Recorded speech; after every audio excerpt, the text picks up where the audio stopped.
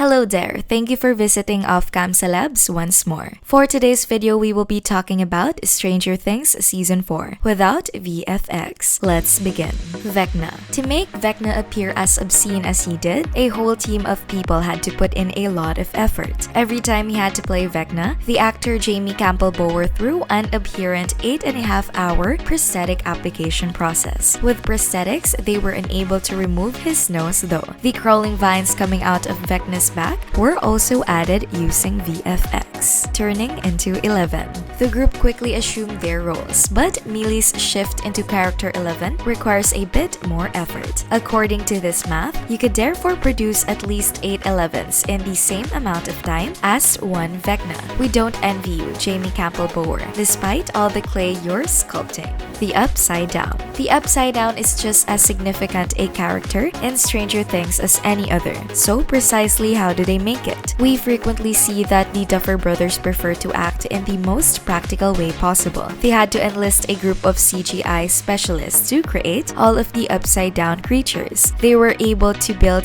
this beautiful planet right below our own with the help of a team of dedicated visual effects artists and a combination of practical elements. Max's escape. Speaking about Vecna, his 8.5-hour prosthetic appears to have paid off because whenever they chewed a scene with him, the cast was normally really afraid. Sadie Sink spent a lot of time practicing her levitation scene before her major showdown in the Upside Down while wearing a harness. Broken bones. You are aware of the scene in which the victims of frecklessness had every bone in their body broken on Thanksgiving. How could you possibly forget? It's challenging to see, but surprisingly easy to pull off with special effects. Working with the different layers of a moving hand in Adobe After Effects is essentially how you break the fingers. They take a lot of more sensible approach when it comes to the legs. To serve as legs, they must pass their arms through their pants. And now that an arm has a wider range of motion, you can make a twisting,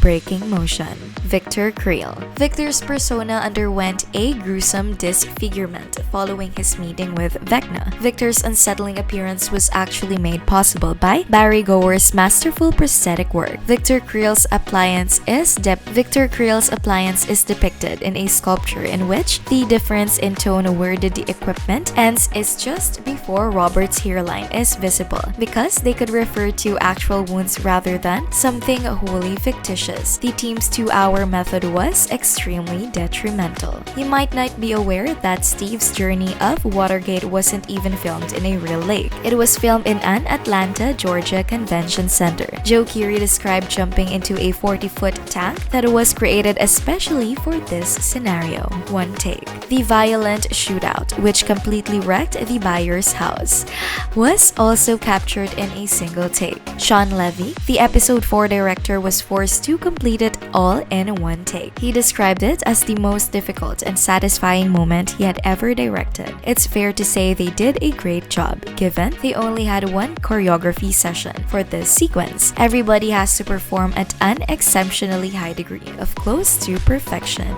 The Demogordon. Only a few things about the Demogordon were certain to the Duffer Brothers. They wanted him to have a human body type and come from another dimension. They especially cared about the body type since they needed to be able to shoot session 1 of the shows with an actual human wearing the costume. However, they introduced animation in season 4. The first pass is crucial because it allows them to iron out the specifics, such as how long they want him to roar, for instance. They then go on to the rendering phase. The excitement really begins there. Animation and real-world stunts may coexist in anything they've shot. The demo fight. The Demogorgon is one thing, but the fight scenes themselves call for a different strategy. The Demogorgon is frequently merely a man dressed in a green outfit. The Duffer Brothers really intended to attempt to film the full scene where Hopper faces off against the Demogorgon in one take. But regrettably, they were unable to do that due to how risky the feats were. They performed 3 significant stunt scenes and pieced them together in order to safeguard their stunt guard. Stranger Things is unique in that it combines VFX with actual effects like prosthetics and makeup. They also largely rely on makeup crew in every scene with visual effects.